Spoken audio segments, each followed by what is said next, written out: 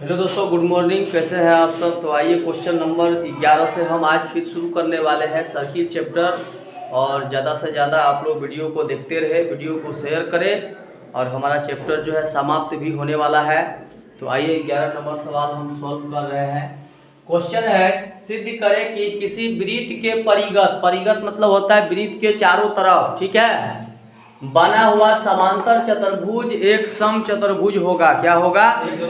एक वृत्त है, उसके चारों तरफ एक समांतर चतुर्भुज कहाँ बना हुआ है सवाल में, और तुमको सिद्ध करना है कि वो समांतर चतुर्भुज सम चतुर्भुज भी हो सकता है। तो कैसे सिद्ध करेंगे?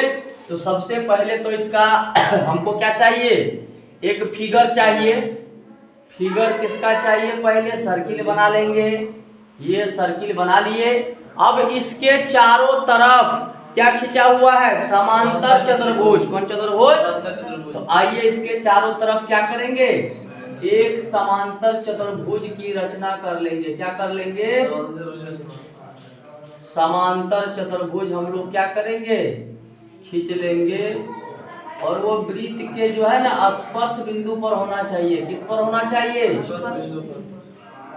यानी ये हम जो समांतर चतुर्भुज बना रहे हैं, इस तरह का हम बना रहे हैं, ठीक है ना। इसी तरह का क्या होना चाहिए, क्योंकि ये यहाँ पर कोना थोड़ा सा कम है, ठीक है। यहाँ पर समझ लो कोना है, चतुर्भुज बना हुआ है, ठीक है ना। फिगर तो लोग थोड़ा बड़ा खींच लेना। अब यहाँ पर देख रहे हैं,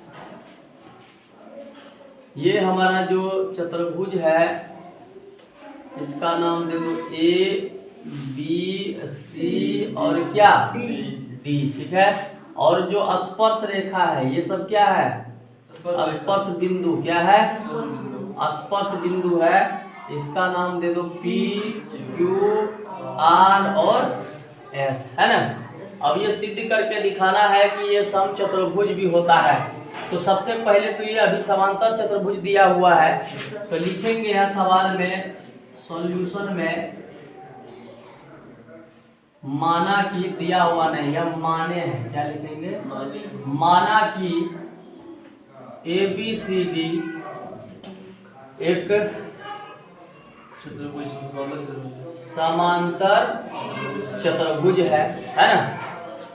तो समांतर चतुर्भुज होगा तो ऑटोमेटिक है आमने सामने की भुजा समांतर चतुर्भुज में क्या होता है? बराबर होता है। तो ए बी बराबर क्या होगा? BC। चूंकि ए बी बराबर सी डी है ना। ये समीकरण कितना मान लेंगे? और ए डी बराबर क्या है? BC भी है। क्यों है? क्योंकि समांतर चतुर्भुज है। समांतर चतुर्भुज में क्या होता है? आमने सामने की भुजा। ये वृत्त को भूल जाओ, थोड़ा सा इस फिगर पे आ जाओ। हम कह दिए ये जो हमारा पी क्यू आर एस आकृति है ये समांतर चतुर्भुज है। क्या है? तो ये समांतर चतुर्भुज कब होगा? जब इसकी आमने सामने की भुजा आपस में बराबर होगा तो ये समांतर चतुर्भुज होगा। तो यहाँ पर लिख दिए, माना ABCD एक समांतर चतुर्भुज है। जब वो समांतर चतुर्भुज है तो आमने सामने का भुजा को हम क्या कर लिए? बराबर कर लिए, जो दिया हुआ है सवाल में, ठीक है ना। अब एक चीज और है इसमें अब देखो लिखने की जरूरत अब नहीं है। पी क्यू आर एस हमारा स्पर्श बिंदु है जिससे स्पर्श रेखा वृत्त पर खींचा हुआ है ना आकृति में, तो वो बात लिखना नहीं है। अब यहाँ लिखना है ये बात, तो सिद्ध करना है कि, अब सिद्ध क्या करना है कि वही ABCD एक सम चतुर्भुज है। क्या है? तो सिद्ध करना है कि ABCD एक सम चतुर्भुज है। सम चतुर्भुज है। यानी सम चतुर्भुज है का मतलब क्या? जिस चतुर्भुज की चारों भुजा आपस में बराबर हो उसे कौन चतुर्भुज कहते हैं? सम चतुर्भुज कहते हैं। तो चारों भुजा का मतलब क्या, ए बी बराबर होगा बी सी बराबर होगा सी डी बराबर होगा क्या, यही तो हमको प्रूफ करके दिखाना है। चारों भुजा क्या होना चाहिए उसका, यानी समचतुर्भुज है तो चारों भुजा बराबर होगा तभी ना समचतुर्भुज बनेगा। तब आते हैं प्रमाण, क्या लिखेंगे अब, प्रमाण में क्या करेंगे, अब यहाँ पर एक बात लिखना होगा, बिंदु बिंदु P Q R S, P Q बिंदु ए बी सी डी से, ऐसे बिंदु ए बी सी डी से स्पर्श रेखा, स्पर्श रेखा स्पर्श बिंदु पी क्यू आर एस खींचा गया है। स्पर्श रेखा स्पर्श बिंदु पी क्यू आर एस खींचा एबीसीडी से ना, बिंदु एबीसीडी से स्पर्श रेखा खींचे हैं, पी क्यू आर एस खींचे हुए है ना। तो अब यहाँ पे एक चीज हम लोग जानते हैं कि वृत्त के बाहरी बिंदु से खींची गई स्पर्श रेखा की लंबाई समान होता है। चूंकि यहाँ लिखना होगा वृत्त के बाहरी बिंदु से, किससे, बाहरी बिंदु से खींची गई स्पर्श, अभी लिखना नहीं है, पहले पूरा समझना है। स्पर्श रेखा की लंबाई समान होती है या बराबर होती है, कोई दिक्कत नहीं। जब बराबर होती है तो हम क्या कह सकते हैं, ए से स्पर्श रेखा गया है ए एस और ए आर, तो हमारा बराबर है ए एस बराबर क्या, ए आर। क्यों बराबर है, क्योंकि ये ए बिंदु से स्पर्श रेखा खींचा गया है। क्या खींचा गया है, अब यहाँ लिखने की जरूरत ना है, ठीक है। इसको मान लो समीकरण कितना, 3। और डी बिंदु से क्या खींचा हुआ है, डी एस डी पी, जैसे एक सवाल बना रहे थे कल परसों डी एस बराबर क्या, डी पी। समीकरण कितना, समीकरण 4। अब सी से क्या खींचा गया है, सी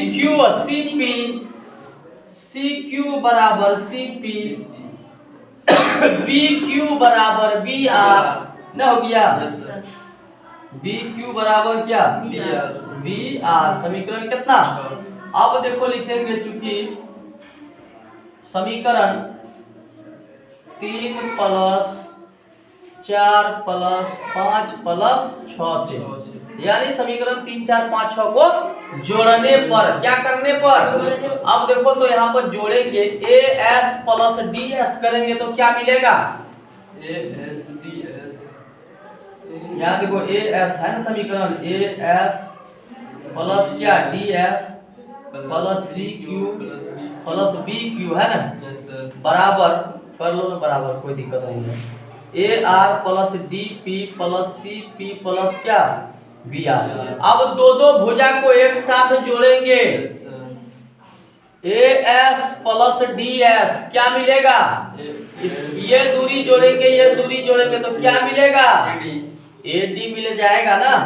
यहाँ पर आप लिख दीजिए A D plus B Q और सी क्यू जोड़ेंगे, बी क्यू और सी क्यू जोड़ेंगे तो क्या मिलेगा, BC प्लस हो जाएगा बी सी, ए आर और डी पी जोड़ेंगे, क्या जोड़ेंगे, ए आर और डी पी। अब देखो यहाँ पर एक चीज, अब एक कंडीशन यहाँ भी है, यहाँ पर तुमको क्या करना होगा, ए बी लाने के लिए ए आर और क्या है, बी आर जोड़ेंगे तब ये ना ए बी होगा, लेकिन यहाँ पर है ए आर और क्या, डी पी आ रहा है, क्या आ रहा है, ए आर बी आर मिला दीजिए, जोड़ दीजिए ना। यार देखो, हाँ उसको भी करेंगे, पहले दिखा देते हैं।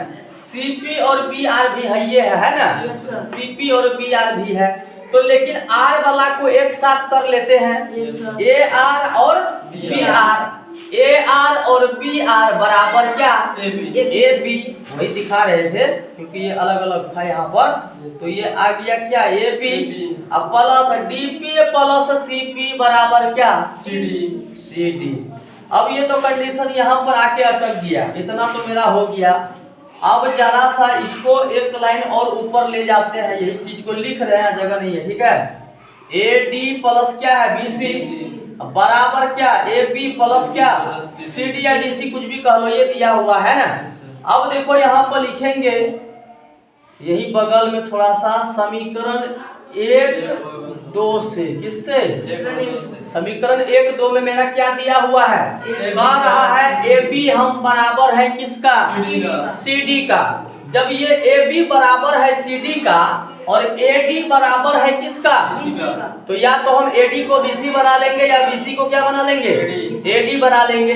तो चलते AD को ही बना लेते हैं, AD को AD रहने देते हैं, BC के जगह भी क्या लिखेंगे, क्यों लिखे BC के जगह AD, क्योंकि यहाँ मेरा BC बराबर क्या है समीकरण 2 में AD है, तो AD लिख सकते हैं वहां पर, क्योंकि दोनों बराबर है।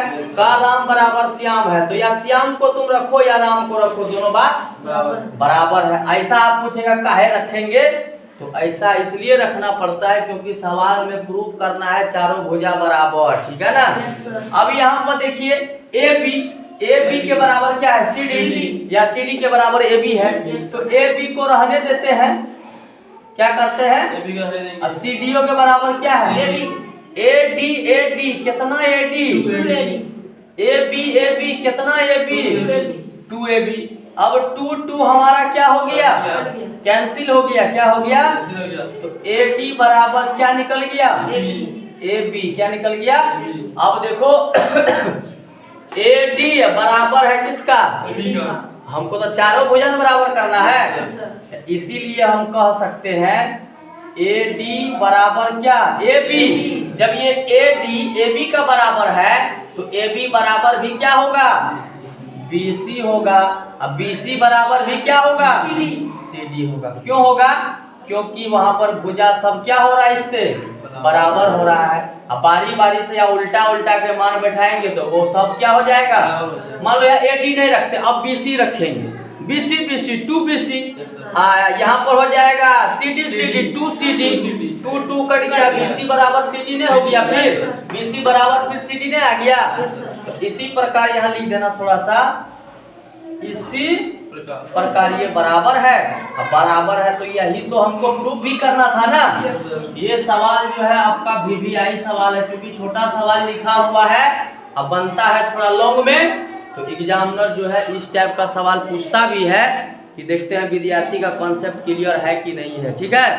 तो आइए ये सवाल आपको समझ में आया होगा, क्वेश्चन नंबर 10। और वीडियो पसंद आए तो वीडियो को शेयर करें, लाइक करें, चैनल को कम से कम आप लोग सब्सक्राइब जरूर करें। आइए क्वेश्चन नंबर 12 में चलते हैं।